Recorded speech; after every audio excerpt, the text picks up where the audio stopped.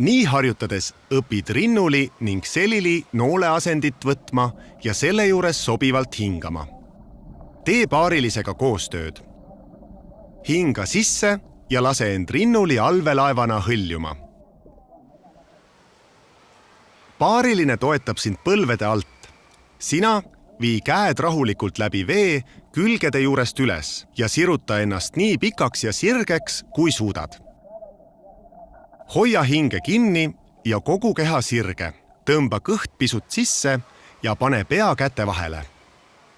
Suru rindkere kergelt basseini põhja suunas. Siis püsib keha tasakaalus.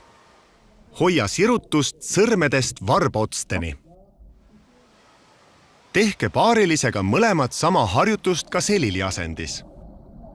Selili asendis suru abaluud kergelt basseini põhja suunas ning hinga rahulikult sisse ja välja.